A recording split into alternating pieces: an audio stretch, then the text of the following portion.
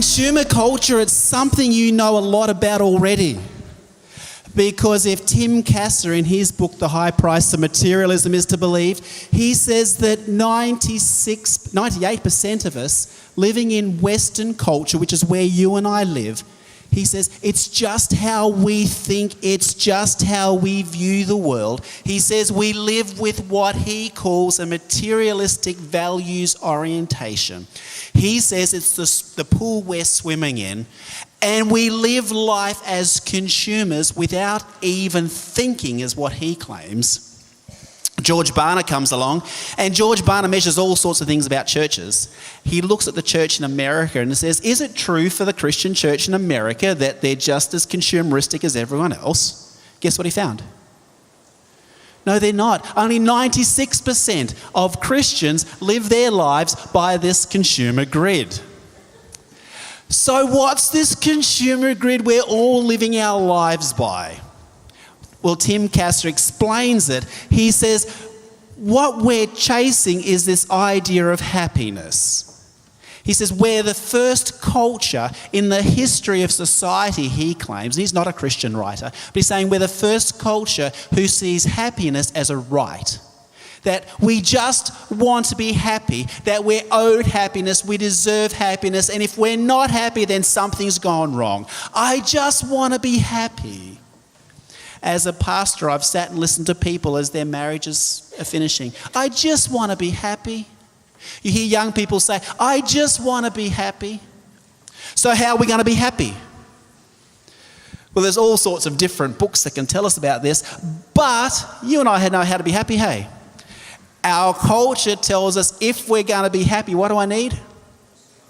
Stuff. I need things. Things are going to make me happy. Things and experiences. If I just had enough things, then I'd be happy. You know that if you won lotto today, you'd be happy, right? Well, if you paid your tithe on it, then you wouldn't feel guilty. Then you could be happy, right? In fact, Robert Banks has researched lotto winners, and he finds that there is a spike in happiness for a moment, but a year later, their level of happiness or their quotient of their sense of well-being is back where it was before they won that lotto prize. Why?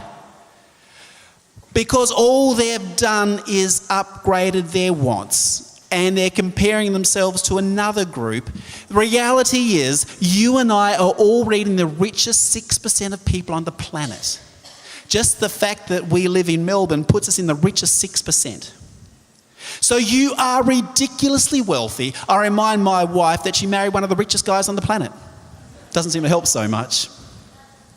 But reality is, if you scored in the top percentage of the state for an exam, you'd be really happy.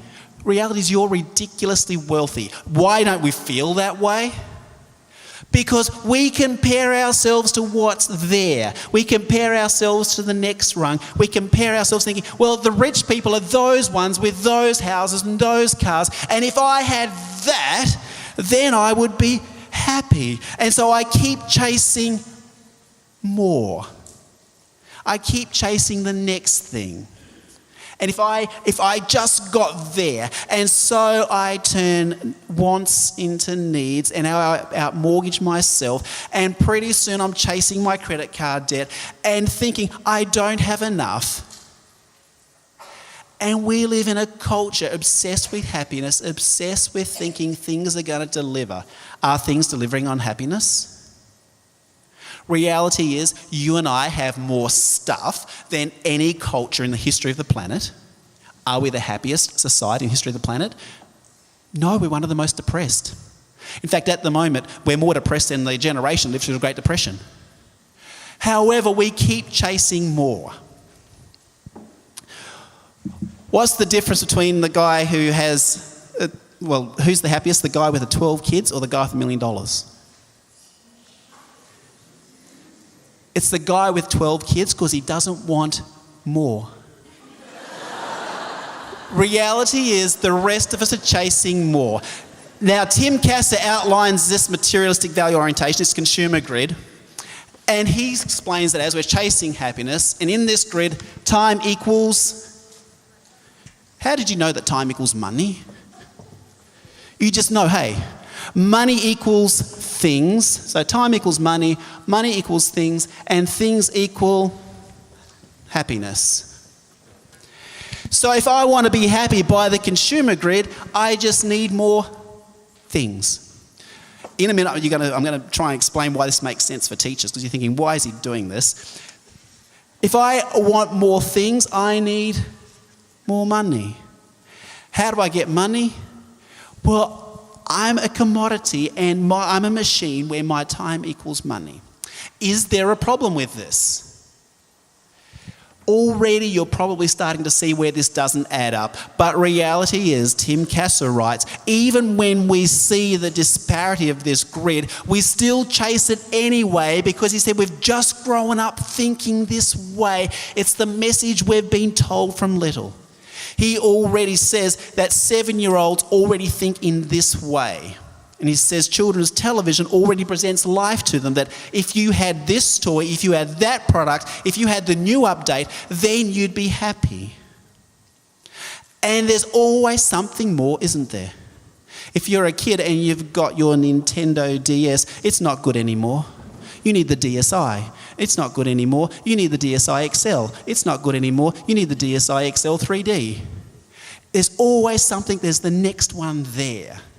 Because we're always chasing this next thing. Now, what's the problem with this grid? Well, here's the thing. In this grid, anything that takes my time takes my happiness. And you and I can think, well, that's not how it really is. But that's how we live. This is why in societies that score higher on the consumer grid, they score lower on connectedness and community. A guy called Oliver James, not Jamie Oliver the chef, this is a different guy, Oliver James. He wrote a book called Affluenza. Now there's 3 books of that title. He wrote one of them. He wrote a book called Affluenza, where he looks at different societies on the planet. He measures them for their identification with the consumer grid, and then also measures them on various other scales, including their connectedness and relatedness to one another and community. Tim Kasser in High Price of Materialism does the same thing. For Tim Kasser, he looks at the number of televisions per head of population and measures that against, even though television isn't the only thing delivering the consumer message, he's saying it's one of those signifiers. He looks at the number of televisions per head of population and measures that against community, and finds that where consumerism goes up, community connectedness goes down. Why is that? Because when I live in this grid, spending time talking to my neighbours takes my time, which takes my happiness. Now, sure, this is oversimplified, and sure, people relate to this scale to different levels and extents, but when we take the oversimplified picture of this, we start seeing what's going on. That people take my time, they're taking my happiness. Parenting takes time.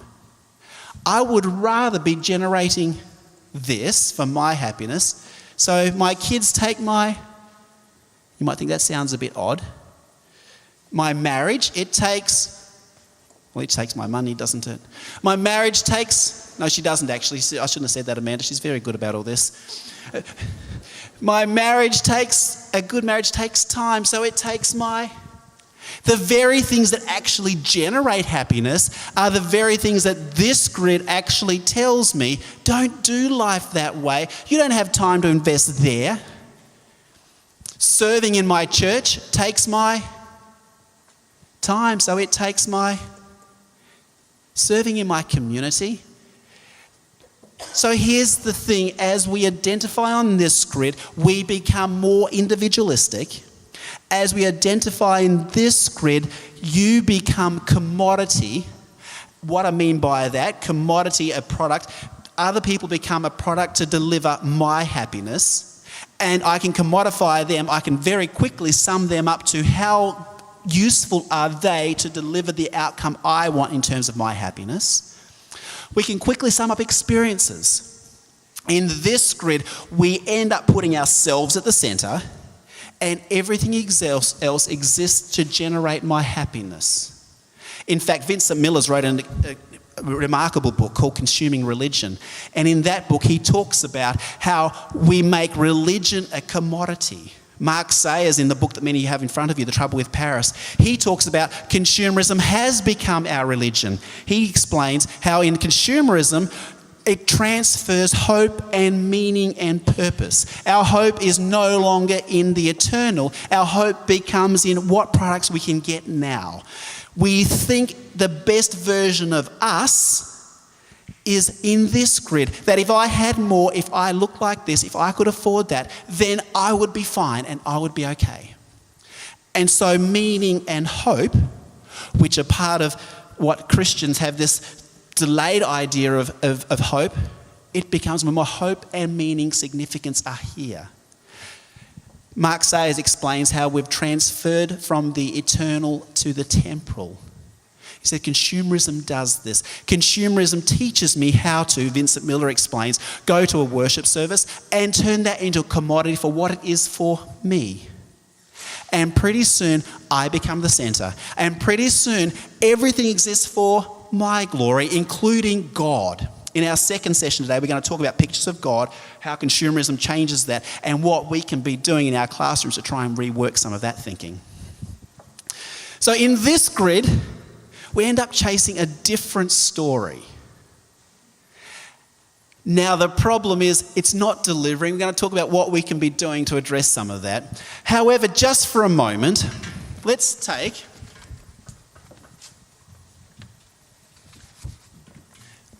Tim Cass's idea where he says, and he studied 7-year-olds, you can read about it in the book The High Price of Materialism, and he says at the age of 7, we've already learnt to what he calls imbibe this whole consumer grid. So this is Johnny, and Johnny goes to your school. Okay, so let's make him 7-year-old. What does Johnny know? Well, Johnny knows that life is about happiness. Johnny knows that he's meant to be happy and that things exist for his happiness. Johnny knows how to commodify. He can look at an experience, a product, a person, and he's able to pretty quickly sum up and judge how that person can contribute to his happiness. It's about his story. He's not interested in anyone else's story. In fact, in consumerism, and Mark Sayers explains, and Craig Bartholomew's written an excellent essay explaining how in consumerism, my story, I disengage from the bigger stories, and that's why he says that's why we disengage from stories of our history. We don't really care that much anymore about that because it's my story. I disengage from politics. I disengage from wider culture, and I use it to the extent that it impacts my story. In fact, my story, I can grab that from everywhere. I can take little bits of commodifiable product, and some of it can be from the Bible, some of it can be from Oprah, some of it from Dalai Lama, some can be my friends, some can be whoever I want to get my little bits from, and I put that together as my story. Even if those bits don't all match up, it doesn't matter. Because it's my way of doing it, my story. And so Johnny knows that I can grab bits and pieces from everywhere and make my own little story here. For Johnny, it's instant gratification. He's seen how his parents live. He's seen how you don't have to delay getting it anymore. Harvey Norman gets you 2 years interest-free. You can just have it all now. And he's grown up in this culture of instant gratification where we have this now. He grows up in a disposable society. Your little plastic truck, there was a time that little tin trucks got passed from one generation to the next. It doesn't matter, they're only a few dollars down at Kmart. It's all disposable. Those little toys you get from McDonald's when you buy your Happy Meal, that's a whole story in itself, having a Happy Meal. But the little toy you get, you don't keep it, you just leave it in the car for Dad to sort out down the track when he gets to cleaning the car. It's a disposable society where things really are pretty cheap and don't have that much value. He knows there's an upgrade coming. He knows that his little Game Boy is going to be out of dates pretty soon and the games won't fit and he's got to get the upgrade. He sees Mum and Dad that they've got this phone and in that one and in that one. There's always a better version, a better model just around the corner. And so he grows up seeing that this is how life works. He just thinks that's what's going on. Okay, so let's turn little Johnny into a 16-year-old now. What happens when little Johnny has some hormones kick in? And big Johnny now notices girls. Why do they exist? They exist for my happiness. What are they? Well, they're a commodity. They are something to be used for the enjoyment and happiness I can get out of them. And like any other commodity, I don't have to keep them. They're something to be used and discarded or used for the experience of what they are worth for me. It's what they can contribute to my story.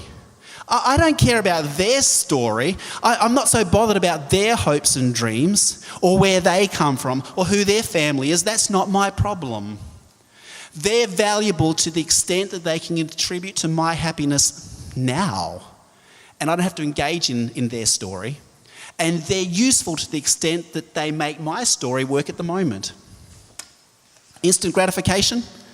Well, of course it is. Why? Why would you not have instant gratification?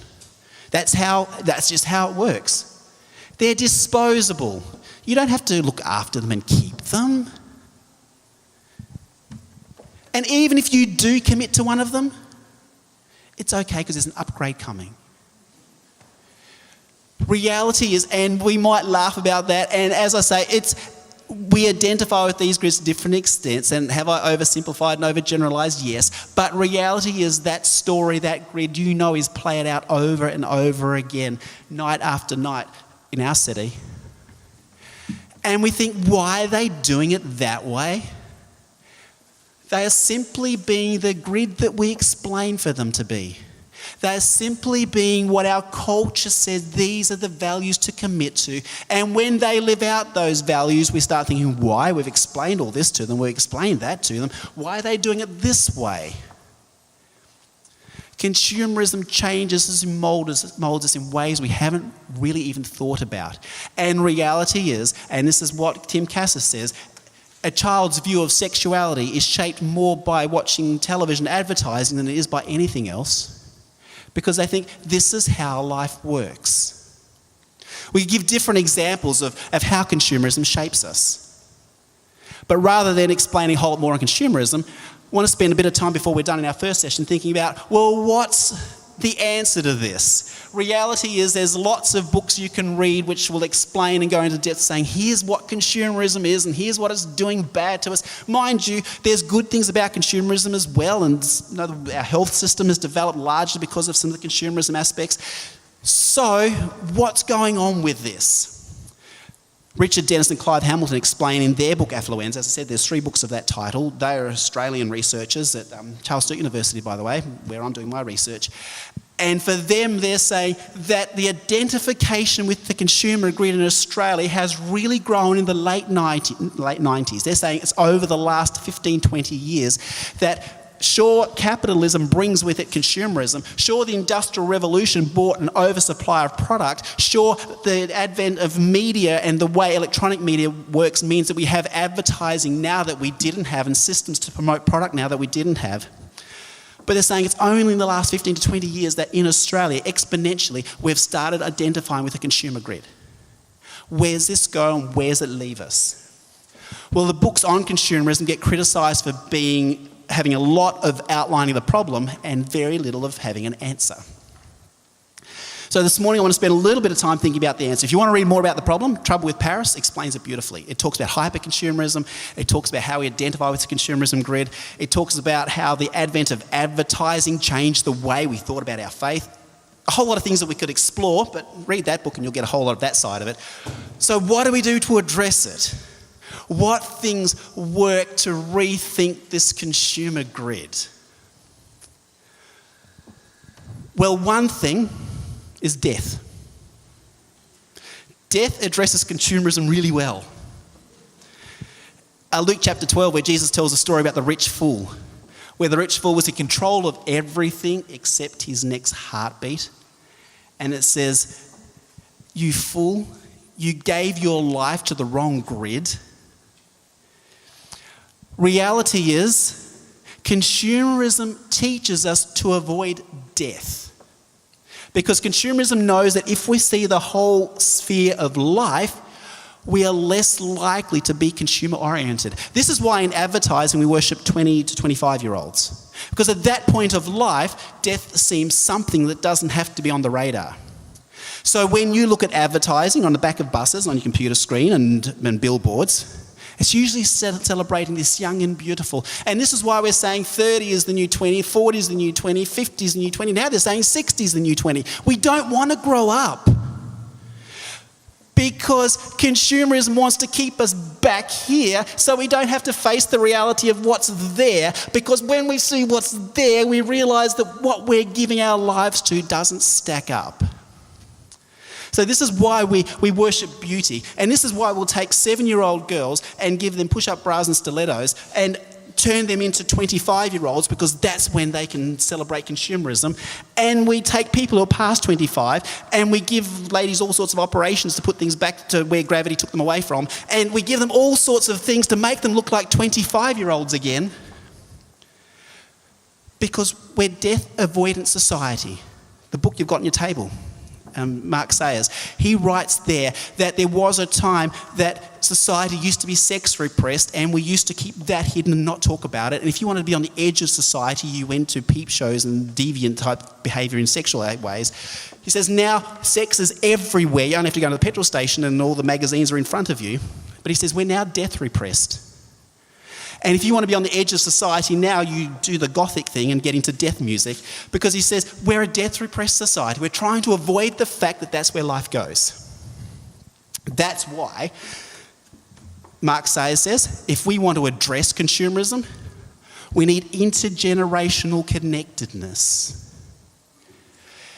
Consumerism has target markets. We're targeting this to children, we're targeting this to this age, and this is to the tweens, and this is to these young people. And it has target markets that separate generations. We call them X and Y and generation this and generation that, forgetting they're all one big culture and one big society. And we don't just have a group of people turn up and go, we're a new generation, we're calling ourselves this and we act like this. They're only being what our environment has taught them to be.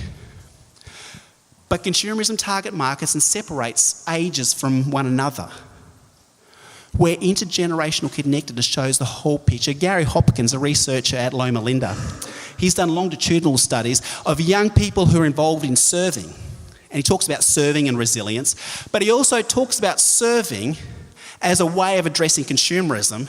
But he says serving where young people engage with older people addresses consumerism in what he calls profound and significant ways. Because he says right from little, they're then able to see where life is going. And so he talks about this whole intergenerational connectedness. In consumer culture, well, in some cultures, the older you get, the more valued you are in that culture. And the oldest person is placed at the centre of the village because they know the story, they've seen it all happen before. In consumer culture, what do we do with old people? We put them away. They're no longer a valuable part of a commodifiable society. And even if you see ads for old age homes, it's still the guy who has white teeth and can swing a golf club. It's not the little frail old lady on the walking frame. We want to avoid where life is going. So if we're going to address consumerism, it's having people understand life. Addressing consumerism is placing people in their big story, whether that's the story of their culture, whether that's the story of their faith, or whether it's the story of how life works and where it's going. This is why you guys are central to this, because you get opportunities to place children into their stories, whether that's the story of their history or the encounter curriculum, and place it in the story of here's the big story of who you are and where you fit in the big scheme of what we call the great controversy. Children need to know their big story, because otherwise society gives them their little story, their little commodifiable, consumable story. As I mentioned, Gary Hopkins' study where he talked about engaging with older people, it also highlights the value of service. Serving works against consumerism, because when I'm serving, it's not about me. When I'm serving doesn't make sense in the consumer grid because serving takes my time. Now, a whole lot of research, including research that's not Christian, actually talks about people are happiest when they're serving. Jesus already explains that. You're at your best when you give your life away. When you give your life away, you find it. However, serving in consumerism, it's you serve me. By getting our children engaged in serving, it changes their picture of who they are. It changes their picture of the world and themselves. Especially if they can be engaged in serving in a culture who seem to be doing really well on the happiness scale without having much. This is why some of those Stormco trips, and this is why, well, I know Edinburgh College at least, does a trip where they engage children in serving, when I say children, this is their high school students, in serving in other environments, in other cultures, so they can see a different culture beyond their own. It's wonderful. That this whole serving thing has a profound impact because it creates some dissonance of how's this working? And they can see, I actually feel a different feeling when I'm engaged in serving. And in a world that works against serving, they're drawn to that. The Apostle Paul in Romans 12, he wasn't talking about consumer culture as we are this morning, but he is talking about culture. And reality is, consumer culture is just the latest expression of selfishness. Consumer culture, right back from the Garden of Eden itself over God, and consumer culture is just a systemised way of expressing systemised selfishness. The Apostle Paul in Romans 12, he talks about, well, if we go to Romans 11 first of all, because Paul didn't put those little numbers in. Romans 11 finishes off with this picture of God. It says, by him, from him, for him, all things. Who can ever trace out his ways? Whose mind can ever make sense of God's ways? Who has ever given to God that God has to repay him? It says, for everything is from him and for him. To him be the glory forever. So it's a different starting point. It's about to God be the glory. Mark Sayers will tell you that even most Christians now live a life where God exists as a commodity for my happiness. We'll talk about that in our next session. In Romans 12, it there goes on, therefore, offer yourselves as a living sacrifice, holy and pleasing unto God. This is your spiritual act of worship. Or if you take Eugene Peterson's paraphrase of the Message Bible, it says, take your ordinary everyday life, your eating, your sleeping, your going to work and walking around life, and place that before God as an offering. He goes on to write, embracing what God does for you is the best you can do for him. Don't become so well adjusted to your culture that you fit in without even thinking. Instead, fix your attention on God, readily recognise what he wants from you. And he goes on to paraphrase, he says, and unlike this culture around you that's always dragging you down to its level of immaturity, God brings out well-formed attitudes in you. So he talks about this idea of living sacrifice. He talks about this idea of not getting so involved in your culture that you fit in without even thinking. The huge opportunity that you get as teachers is you get the opportunity to encourage these little minds to think about what they're giving their life to think about what grid are they chasing and pursuing, to think about what matters in life. Don't become so well adjusted to your culture you're fitting without thinking. At the school that my boys were at before we shifted to Melbourne, Ben did this whole unit on consumerism, where they looked at what's advertising doing to me and what's the messages that I'm seeking. And each day, what messages what do they want me to buy and why do they want me to buy it? And just trying to get kids to think about what messages are they giving their life to and how do we fit in without thinking. But then Paul goes on to explain, well, here's a different picture of life. He calls it a living sacrifice life. Living sacrifice doesn't make sense in consumerism. In consumerism, it's about it's for me. In living sacrifice, it's about give it away. And he says this is a spiritual act of worship. Reality is it is always about worship. You and I are going to worship something, somebody. Is it going to be worthy? Reality is always a question of worship. And consumerism is a way, as Vincent Miller explains in the book Consuming Religion, it's a way of shifting worship from God to self. In Revelation, it's always the issue. We won't go into Revelation today, but it is an issue of shifting worship from God to self. This whole idea of Babylon is taking God out of the equation, like the Tower of Babel. Let's take God out of the equation and build a name for ourselves. Look at Babylon that I have made.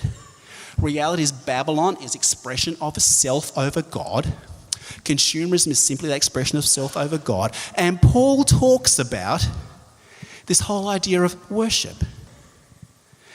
You get to do that in your schools.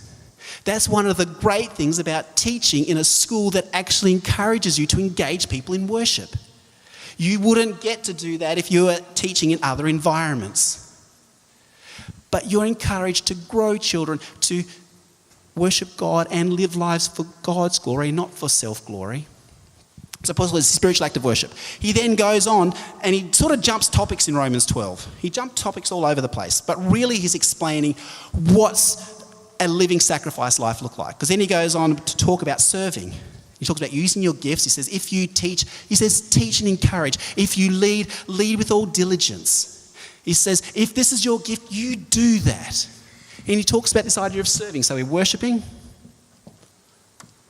we're serving.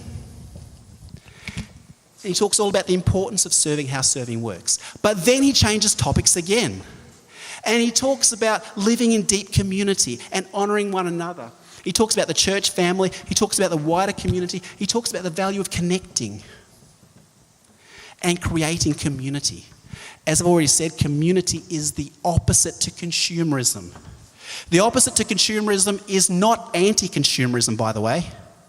Reality is there's all sorts of alternative groups who are down with the establishment and we're going to be anti-consumerism, but pretty soon Sony can come along and sign up that little grunge band and make it part of the consumable system because consumerism doesn't have its own set of values. Consumerism will subvert any other set. So consumerism takes Christianity and just subtly subverts it and sends it somewhere else. Consumerism takes Buddhism. There's a whole lot of writing where the Buddhists are saying consumerism is reworking our Buddhist worldview and it takes it and sends it somewhere else. Consumerism takes anti-consumerism and still says, how can we shape this to be commodifiable, tradable, sellable value? How can this message be put on a t-shirt to sell? How can this band who's singing down with the establishment be signed up to be a commodity to sell? Consumerism just subtly diverts any worldview, any system to be used for commodifiable, consumable ends. So the opposite to consumerism is not anti-consumerism. The opposite to consumerism is community, deep connected one another communities. That's what you get to be part of creating. You have these students for 5 days a week where you can engage in community and you make healthy community, which is about the one another's, which is about together we're better than self. And I'm going to tell you a story later where I've seen how the school my kids are currently attending being shaped for community. Connecting is the big deal. Paul then jumps topics again. We won't go all through it now, but if you go through Romans 12, you can read where he talks about these things. He talks about keep your spiritual fervour, be faithful in prayer. He talks about growing in understanding more of who God is. In consumer culture, we don't have time to grow. Banjo Patterson summed it up really well in his poem Clancy of the Overflow, where he talks about, he says, he's in his little dingy office where a stingy ray of sunlight struggles down between the houses tall. But he describes the city people. And he said, their city people haunt me and their pale faces daunt me as they shoulder one another in a rush of nervous haste, for their stunted forms are weedy and their beaded eyes are greedy, for townsfolk have no time to grow, they have no time to waste. And if Banjo Patterson wrote that about Sydney back when he was living there, imagine what he'd write now. They have no time to grow. They have no time to waste. He's not even talking about growing in connection with God. Paul's saying living sacrifice grows in connection with God and allows God to dwell richly in us and work in and through us. You get opportunities to grow kids in their connection with God. And whether you're teaching Bible or not, there's some teachers in the lives of my boys, they're not even teaching them Bible. And I'm going to talk a bit more about you, David Jones, later on, because he's teaching sport to one of my boys and he's growing him in connection with God through sport. We'll talk about that later. There's all sorts of ways in the areas that you teach that you grow kids in connection with God. And in our next session, I'm going to talk about how we be a picture of God to the kids that are sitting in your classroom, by the way. But growing takes time. In consumer culture, we don't have time to grow. We don't have time to waste, whether that's growing in connection with God or growing in connection with one another. Paul finishes off Romans 12 talking about sharing. He's talking about sharing what we have in a literal way and sharing what we have as far as the message that God has placed in our hearts. Sharing doesn't make sense in consumer culture.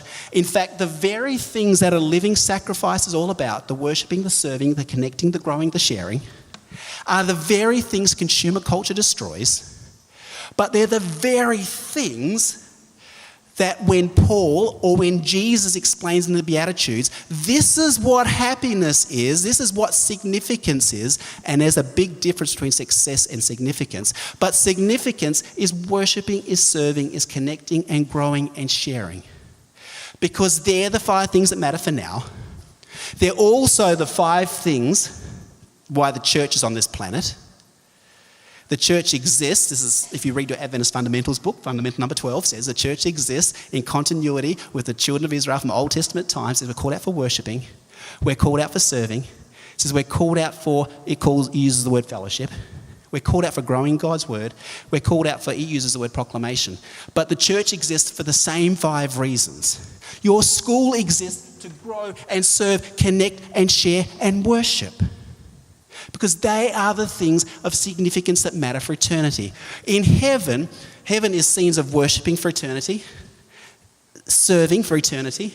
It says heaven is about ever deepening connected relations for eternity. We're going to be growing in understanding God's love for us and just why he loves us for eternity. And sharing. We have a lifetime to share, forever to spend with the people we share with. So these are the things that matter forever. I won't explain all this now, but just to start your thinking on this, if you were to read Paul's writing, especially in Ephesians, of what he says about sex, why was sex invented, he says it's an act of worship to God in celebrating the whole Trinity, husband, wife, and God. He says it's the deepest act of worship. He says it's about a deep act of serving. He says it's the deepest act of connectedness this side of eternity. He says it's about growing in understanding how God works, and he says it's a deep act of sharing. In fact, you look everywhere, you find growing, serving, connecting, sharing, worshipping. And if we're going to be the change that shapes characters, then if we're going to shape living sacrifice kids, these are the factors that address consumerism. The worshipping, the serving, the connecting, the growing, the sharing. They are the things that matter. Just as a side point, by the way, the whole Sabbath idea addresses consumerism because this whole Sabbath concept is 24 hours where time doesn't equal money. Where time equals worshipping, serving, connecting, growing, and sharing. Because that's the 5 reasons we also have Sabbath. So reality is, if there's going to be a shot at growing young people who grow up with healthy concepts and worldviews in consumer culture, guess who's got that shot? You do, and I do, in how we shape churches and how churches work with schools and how we work with schools and churches and homes. Reality is, if there's a chance that a school can address this, it's going to be a Christian school that engages in worshipping and serving and connecting and growing and sharing. That's why I think your job is incredibly important. It always has been. Teachers have always been super important. You know that. That's why you spent so much of your life training and giving your life to this. But you're more important than you imagine, because if we are going to address consumer culture and grow healthy people, then the revolution is community, and the revolution is healthy biblical community. And that revolution, I see the best shot at that is in healthy churches and healthy schools. You get to be community. You're more than a school with kids turning up and going home. You're a worshipping, growing, connecting, serving, sharing community. You're the very thing that our culture and society needs if we're going to address this drift of consumerism. If we're going to address this drift towards immaturity, you get to do that. You get to have these kids in front of you. And sure, there's lots of research that talks about their home and how crucial it is and what happens. And there's exciting ways that I think schools are working with homes at the moment as well, and how schools are becoming the spaces that equip parents and change the home. But there's also plenty of research that's saying that if anyone is going to address this, school teachers can. I'll talk about some of that research in the next session too. You get a chance to address this. You get a chance to create healthy, growing, living sacrifice, worshipping, serving, connecting, sharing, growing young people. That's a huge opportunity. That's a huge challenge. It's time for morning tea, but let me pray for you first. Dear Lord, as we come to you now, we just think of the culture that we're in and just how it shapes us and how it molds us in ways that sometimes we don't even think about. We think about the young people who'll be sitting in our classrooms at the end of next week and just what factors are shaping them and what agencies in society are shaping their worldview at the moment. I just pray for each teacher here that the amount of influence they get, that the ability they have to speak into the lives of these children, that they will shape children who see a different picture, who engage in a bigger story and see a different purpose to why they're on this planet. I pray you give these teachers wisdom. May they go about using their gifts with diligence, and may our school system and our church, and may we be the revolution our society needs, where we allow you to work in and through us. Amen.